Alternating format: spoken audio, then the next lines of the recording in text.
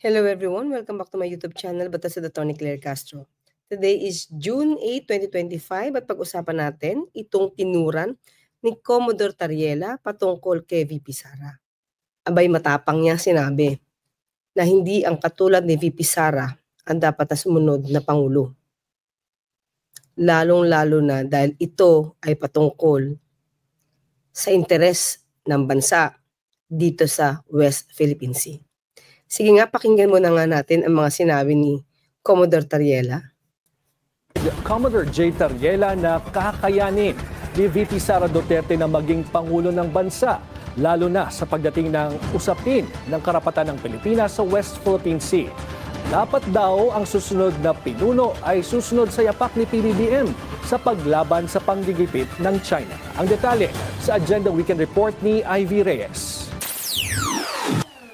Ang Pangulo ng 2028 is not somebody who's going to set aside our fight in the West Philippine Sea at sasabihin uling walang kinalaman sa sikmura ng Pilipino ito at magkakagera at mga ngakong magje-jet ski. No? We have to make sure na ang mananalong presidente by 2028 is somebody who's going to pick up what President Bongbong Marcos has started. Okay. Ano ba to, no? Actually, marami namang ginawa ang Pangulong Marcos Jr. patungkol dito sa ating interes sa West Philippine Sea. Okay, tignan natin itong video na to, no? Natatandaan nyo ba ito, mga kaklir, kung gaano katapang si Pangulong Marcos Jr. ipaglaban ang interes natin sa West Philippine Sea? Chinese spies in the country and the opposition of China of the Typhoon missile system? Oh, well, I don't understand the comments on the Typhoon missile system. We don't make any comments on their missile systems, and their missile systems are 1,000 times more powerful than what we have. So I don't understand. You know, let's make a deal with China. Stop claiming our territory. Stop harassing our fishermen and let them have a living. Stop ramming our boats. Stop water cannoning our people. Stop firing lasers at us. And stop your aggressive and coercive behavior. And return the Typhoon missiles. Tigil nila yung ginagawa nila, babalik ko lahat yan. Oh, dito mga kaklir, sabi niya, let's make a deal with China. So tanggalin yung Typhoon missile. O di, ito gawin nyo. Huwag kayong mag-claim sa amin. Huwag nyo i-claim. Diba? Stop nyo yung panghaharas nyo sa mga fishermen namin. Stop water cannoning. Diba? Pati yung pagle-laser ninyo sa mga Pilipino. Huwag yung gawin. Stop nyo yan. Diba? May hamon siya. Inuutusan nyo kami, o gawin nyo rin to. Ganun na dating. Diba? So, maliwanag ang stance ng Pangulo. Ilaban ang karapatan natin sa West Philippine Sea. Kahit anong bansa pa yan. Diba? So, ito pa. Anong buwan ba ito, mga klit? Tingnan natin, ha. Liitan lang natin ito. Ito ay 4 months ago. January 30, 2025. Okay? So, isa pa, mga kaklir. Ano pa rito? Ito yung mga binabanggit na katapangang ipinakita ng Pangulo patungkol sa ating karapatan. Ito, 1 year ago, okay, March 1, 2024. Okay, pakinggan natin, mga kaklir, ha? The Philippines now finds itself on the front line against actions that undermine regional peace, erode regional stability, and threaten regional success. Then as now, we remain firm in defending our sovereignty, our sovereign rights, our jurisdiction. I shall never tire of repeating the declaration that I made from the first day that I took office. I will not allow any attempt by any foreign power to take even 1 square inch of our sovereign territory. The challenges that we face may be formidable, but equally formidable is our resolve. we will not yield. We will not yield. Mr. President, I noticed in your speech you mentioned many times about ASEAN centrality. You review the TAC, which your father signed, that showed the bond of ASEAN. I think the ASEAN centrality is very important, but we cannot take it for granted. It comes from the ASEAN way, the three principles. First, mutual respect. Second, consensus building. Third, considerate other parties' comfort level. In my words, to put it simply, we can summarize it as three no's: non-intervention, and non-use of force, and no hyping up hot spots. Only because of these principles strictly followed by ASEAN members and other stakeholders that we have ensured the ASEAN and East Asia at large for a long-lasting peace since the end of the colonial rules in history. So we cherish it a lot. I fully agree with you. I support the centrality of ASEAN. And even some professor like Cashel Makboni, he suggests ASEAN is deserved to award a Nobel Peace Prize.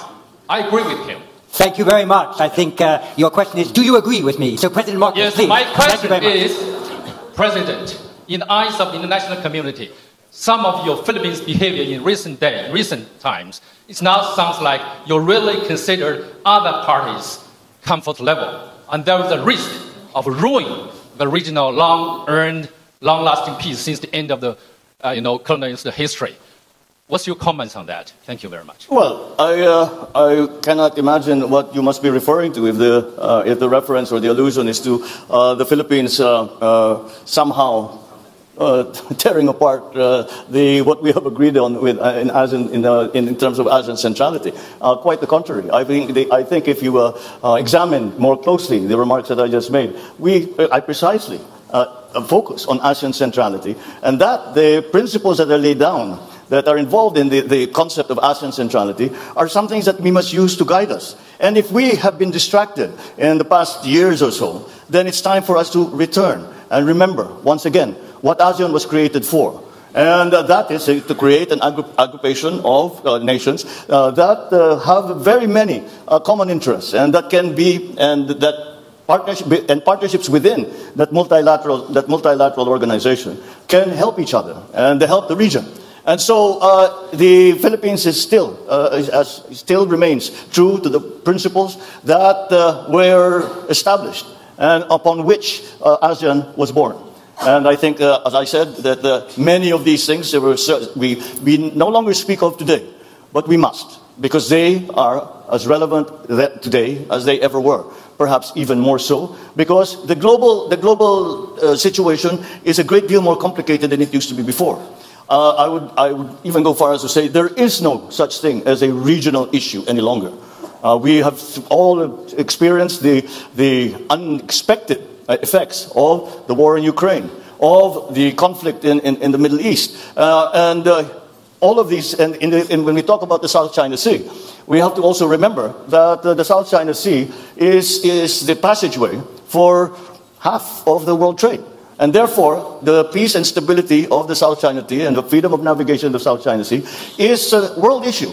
And that is what I am proposing. And I am saying that yes, it is a regional issue, but we must examine and be part of the discussion. We must include all parties in that discussion, because now it is not just ASEAN member states who are stakeholders.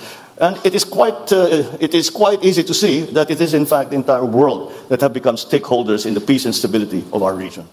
Ganyan ang dapat na maging Pangulo. Ayaw ng giyera, pero ipaglalaban pa rin ang karapatan at interes ng bansa, ng taong bayan. Hindi magbibigay o papasok sa isang secret deal nang walang kaalam-alam yung ibang mamamayan natin. Walang kaalam-alam anong pinapasok ng secret deal ng isang Pangulo. Hindi rin dapat isang Pangulo na kahit nanalo na, no, at may arbitral ruling na pumapabor sa bansa natin, ay nako, itatapon lang daw sa trash can. Doon na barko, China na. Wala na tayo. Yun ang history, tapos nag-file sila ng kaso, nanalo tayo. yung papel, sa totoong buhay, between nations, yung papel, wala yan. Kung sino yung tigas, United States, Britain, ano, pagka ginusto nilang ganyan, tayo, nanalo. Ngayon, pagdating ko, ang barko nandyan sa West Philippine Sea, China boat, ship, tayo wala na. Tapos sabi nila, itong papel na sa kaso nanalo tayo, ipurso mo. Pinurso ko. Walang nangyari. Sabi, actually, sa usapang bugoy, sabihin ko sa iyo, bigay mo sa akin, sabihin ko, putang ina, papel lang yan. Itatapon ko yan sa waste basket. Sa trash can. Dahil wala naman daw saysay. At mahirap ipatupad. Ganun ba ang Pilipinas? Ganun ba ang gusto ng Pilipinas na maging Pangulo sa 2028? Naranasan na natin yan, mga kaklir, sa nakaraang administrasyon. May secret deal? Inamin ni Atty. Harry Roque? May secret deal. Diba? Na pumapabor sa ibang bansa. Arbitral ruling, abay, tatapon lang sa basurahan. Dahil walang effect, hindi mapapatupad. Sand decay, tinanggal ang isang structure para sa fishermen natin dahil utos ng China. Kaya pinatanggal. Inamin niya ni Senator, or rather, ni Secretary Lorenzana. So, doon natatakot si Commodore Tariela. Ang kailangan Pangulo natin, hindi ganitong klase. Dapat may tapang, ayaw man ng gera. Hindi makakabuti yan, mga kaklir. Maggera. Pero, dapat may tapang pa rin. Diba? Okay? Ito pa. Okay? Pinakita ko naman sa inyo mga kaklir kung paano ba nagbigay ng mensahe ang Pangulo patungkol sa ating karapatan sa West Philippine Sea. At hindi iyon nababago. Ang sabi niya, he would not allow any foreign power to take 1 square inch of our territory, of our rights. We will not yield. Hindi tayo susuko. Diba? Dapat ganun. Hindi natin kailangan ngayon, mga kaklir, ang mga Manchurian candidates.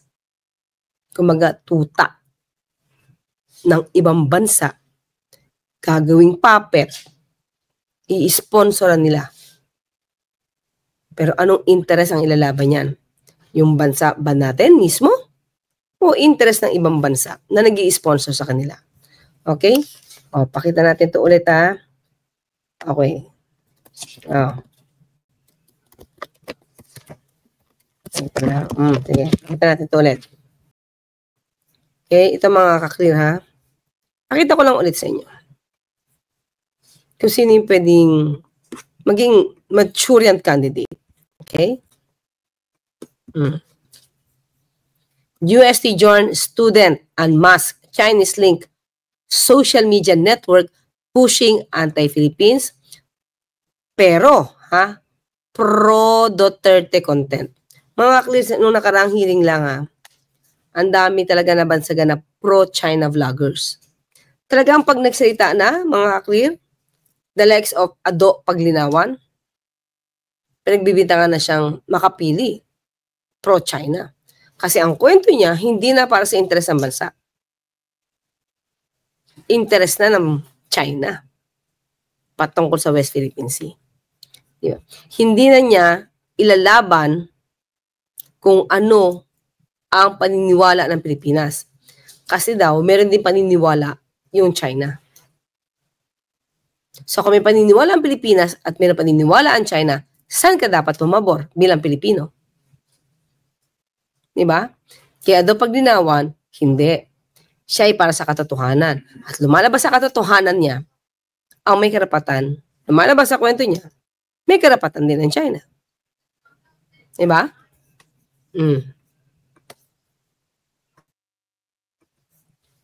O, dito mga kaklira, ito, ay,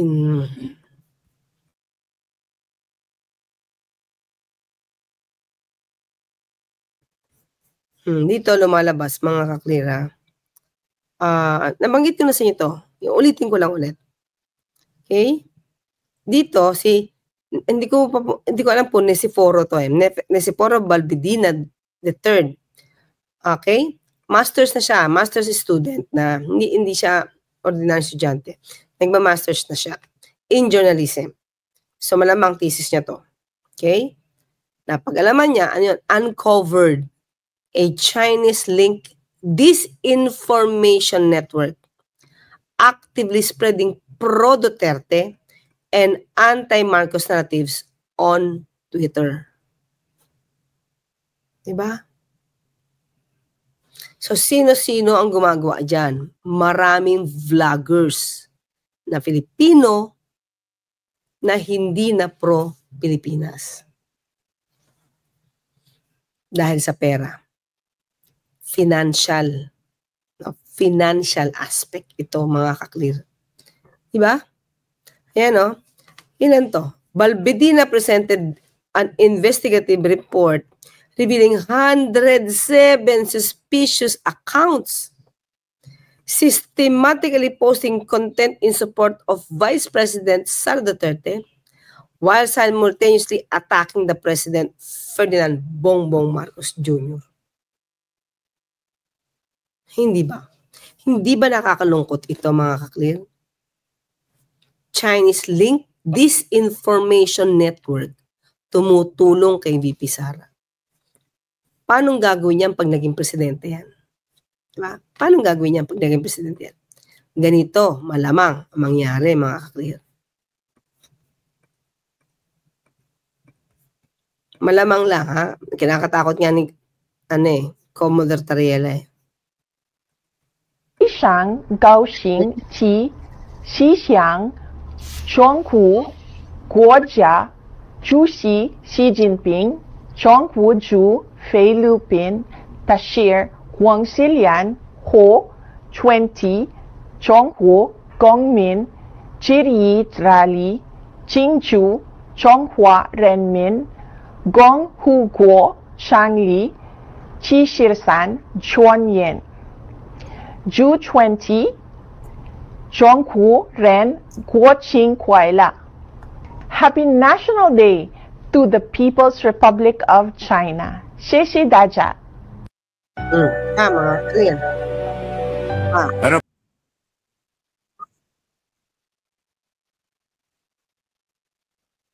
Okay, ito pa mga ka-clear. Maaaring mangyari ito pag siya ay presidente. 我在人民他就乐，生活人民共和国在国主74年间，这别是在经济发展的民生繁荣方面取得两千人达成如何显著踏进步步相信未来将两者 Yung mga papel mga kids, hindi ko maintindihan. Pero siya nag-effort talaga ha for Chinese community. Okay, ito pa mga clear ha. Ito pa. Greetings of peace and a happy spring festival. As we celebrate this joyous occasion, let us embrace the spirit of generosity and harmony that defines this season. This vibrant time not only honors our rich traditions, but also highlights the strong bonds of collaboration that enrich our heritage. Let us march ahead with renewed vigor and determination to ring in 2025 with hope and optimism. We join all communities in celebrating the efforts that brought good fortune and growth in our shared pursuit of a resilient and prosperous future. I wish everyone a bountiful and successful Spring Festival celebration. Okay, mga ka-clear? Oh, ano pa? Ayan kasi Chinese New Year yan. So, si Vice President Sara Duterte urges the public to nurture the spirit of compassion. Okay, in relation to Chinese New Year. Okay. Ito pa, mga ka-clear. Dami yung sinasabi, History intentional. Our partnership is rooted in the principles of mutual trust and mutual respect, as being called sovereign states. And it is this solid foundation that will allow us to continue strengthening our ties. In an increasingly interconnected world, working together to enhance stability in our region is more important than ever. Always grounded in international law. So, mga ito ay China's 75th founding anniversary celebration. So, hindi talaga siya nawawalan ng mga greetings patungkol sa China. Wala nang problema yun Wala nang problema yun. Pero bakit pagdating sa aggression ng China sa West Philippine Sea, laban sa ating mga kababayan, bakit wala siyang comment? Diba? Sara Duterte says she has no comment on the continued Chinese harassment of Filipino vessels in the West Philippine Sea. In an ambush interview, the vice president makes a brief statement when asked to comment on the sea dispute, saying the statement of her brother, Davao City 1st District Representative Paulo Duterte about her and the maritime issue was comprehensive. Congressman Paulo recently said it was not the vice president's job to, quote, demonize China or any country for that matter. The Duterte family is known to favor China. Former President Rodrigo Duterte made a pro-China pivot during his administration. Meantime, the Philippines, the United States, Australia, and Japan successfully engaged in the first multilateral maritime cooperative activity or... Okay, so maliwanag mga kaklira, pagdating sa China, no comment siya. Pero sa lahat ng greetings, present siya yata. Okay?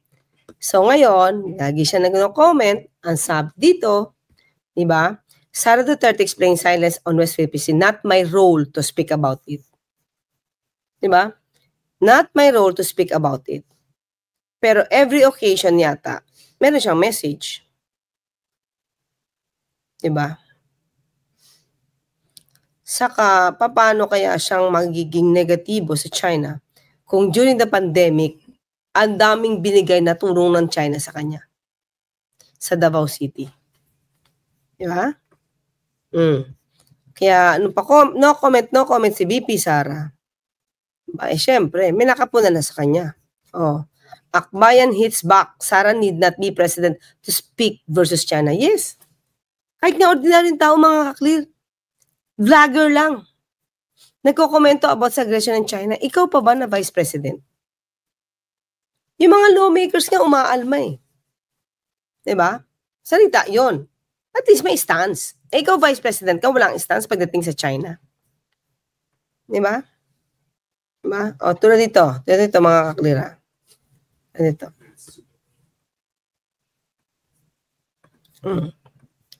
Philippine Vice President criticizes Marcos' plan to resume peace talks with communists. Bakit? Diba? Kung ang lagi mo sinasabi, foreign relations, hindi ako ang architect of foreign policy, presidente lang. So, bakit dito? Ba't nakikialam ka dito?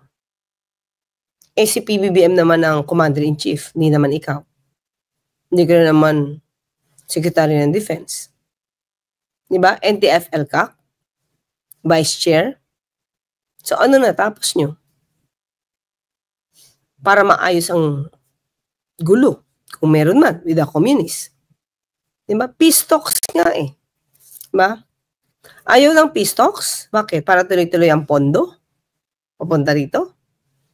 Dahil may kinakalaban pang mga komunista? Tanong lang naman yun, bakit tayo mo ng peace talks? Kung maaayos naman para sa buong bansa. Diba? That's 12/5/2023. Okay, sing natin.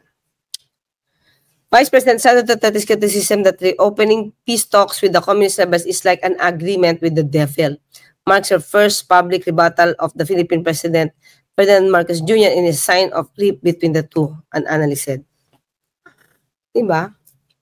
Di naman ikaw yung commander-in-chief eh. Ba't nakikialam ka? Kung gagayahin natin, diba? Kung ipa-follow natin yung kanyang argumento na hindi niya obligasyon magsalita patungkol sa relasyon sa ibang bansa. Eh dito ano? Diba? Ano ang obligasyon mo dito? Diba? This is 2023. Diba? Mas maganda, ayusin mo muna sana yung pondo mo dito. Yung confidential funds. Diba? O, ito pa, mga kaklir. Diba nag-resign na siya as vice chair ng NTF-ELCAC? O, bakit dito? O, nagsasalita ka rin tungkol sa naging operasyon laban sa communist leader. O, hindi mo to porte. Ano ka na lang? BP ka na lang. Diba? Ayan o. Nakikialam pa siya. Si Solarte ay bahagi lang ng problema natin sa insuhersiya. Kailan pa rin nating maging mapagpatyag laban sa terorismo at kriminalidad. Ito na February 25, 2025. So, ano ang iyong role patungkol dito? Vice President ka eh. Hindi mo to obligasyon. Hindi ka DND, wala ka sa national security. Wala. Hindi ka rin naman commander-in-chief. So, ba't dito nakikialam ka? Diba? Dapat huwag ka makialam dito katulad ng ginagawa mo sa issue ng aggression ng China sa Pilipinas. Kasi hindi yun ang role mo. So, dito hindi rin ito role mo. Pero ba't nakikialam ka? Diba? Ba't nakikialam ka? Bakit sumasawsaw ka? Bakit sumasawsaw ang Vice Presidente dito sa issue na to? Oh. Diba? Kaya tuloy, sinasabi ni Commodore Tariela, hindi ang tulad ni VP Sara. Lumalabas na para siyang duwag sa issue ng China. Hindi ikaw ang dapat na, or hindi katulad mo ang dapat na maging presidente sa 2028. Tuloy natin. Sa usapin ng West Philippine Sea, tameme kung ilarawan ni Philippine Coast Guard Commodore J. Tariela si Vice President Sara Duterte at ang ama nitong si FPRRD huwag umanong tularan ang hindi pagtugon sa incursions ng Chinese Coast Guard. For the record, we do not want war with China. China is a good friend. Sa nakaraang administrasyon, downplayed at limited umano ang kung good friend ni dating Pangulong Duterte yan, ano yan kay VP Sara? Ano yan kay VP Sara? Sige, tingnan natin na. Pinakita ko na sa inyo ito eh.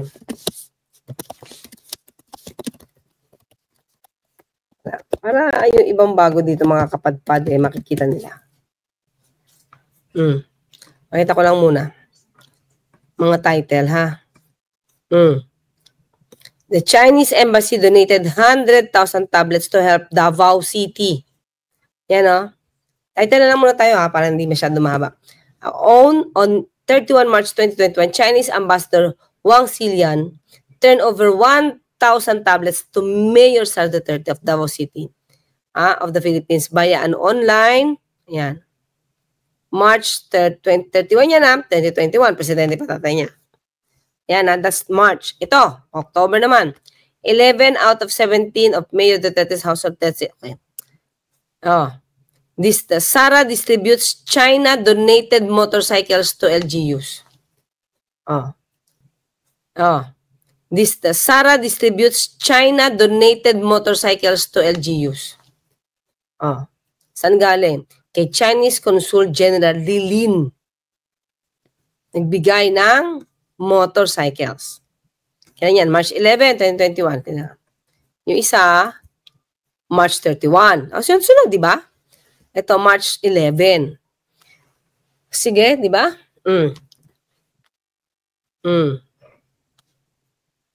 Ito pa. China's bet on Sara Duterte pays off. This is May 15, 2022. So ano to? Bet nila. Si Sara. Beijing aided the vaccination effort by donating 1,000 tablets, 43 motorcycles, and huge number of China's bet on Sana pays off. Nanalo eh. Oh. Ay, wala dito. Kailangan pa ako mag-subscribe. At pinakita natin mga dinonate, Oh.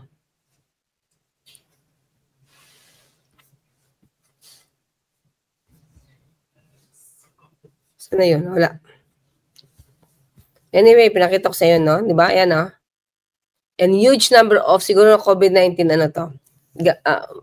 Baka para gadget, equipment, medical needs, medical materials.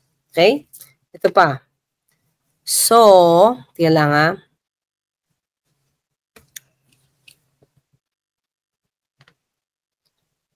Yan. Sara Duterte conveys support for China amid COVID-19. So, nakikipagtulungan pa siya sa China. Okay? Oh, March 4, 2025. The nation came from Xiaoqing volunteer group, which Wang's group formed in 2022 after the creation of first group of Philippine China. So, nag-donate sila, di ba? Tapos, ito pa. Oh, tapos hindi naman maibalik, no? Wala yung record, mga kakilin sa COA.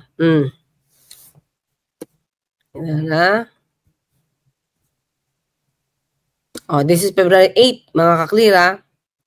Mayor Sara receives donation from Chinese consulate. Okay, tinanggap nila 8,700 pieces of friendship bags from the Consulate General of China in Davao City. Dami ng biyaya nakuha, di ba? Hindi naman nagbibigay ng China sa iba. Halos lahat sa Davao City, kung saan namumuno si VP Sara. Okay. Ayan o. China donates more medical supplies to Philippines. That is May 10, 2020. Diba? So, ang dami niyang nakuha sa China. Kaya, hindi siya makakapag-komento siguro. Diba? Marami rin siguro nakuha tatay niya. Kaya, friendship sa China. Diba? Okay, mga ka-clear? So, ano sabi ni Tariela? Tameme. Diba? Tameme lang si VP Sara. Pagdating sa issue ng West Philippine Sea. Okay? Reported aggression sa West Philippine Sea. From 2016 to 2022, 3 insidente lamang ang naisa publiko nung nakaraang administrasyon. The first one, of course, was the FB Jimber incident. No? At hindi gobyerno ang nagsapubliko nito. Mga mangingisdang Pilipino mismo ang pumunta sa mga media reporters para ilahad ang kanilang na-experience dito sa pambabangga ng China. No? And ang sabi nga nila, they were left to die. When that news reached to Malacanang, it was downplayed by the government. Yang nangyari dyan sa Banggaan, that is a maritime incident.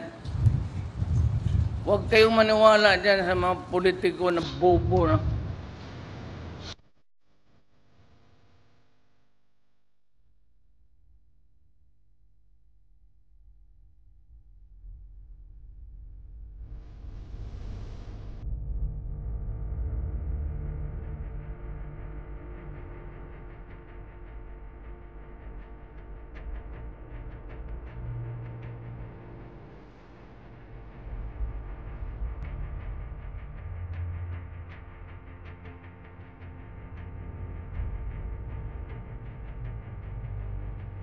Yang nangyari dyan sa Banggaan, that is a maritime incident.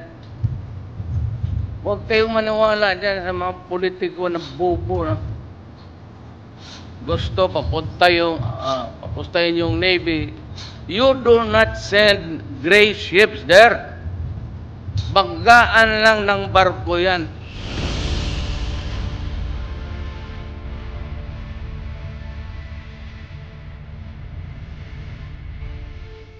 bangka lang yan. Now you go there and create a tension. I said, hindi ako na presidente na papayag na. If we have to die, we must have to die in the correct way and to die with dignity. Hindi yan basta bangga ka lang yan.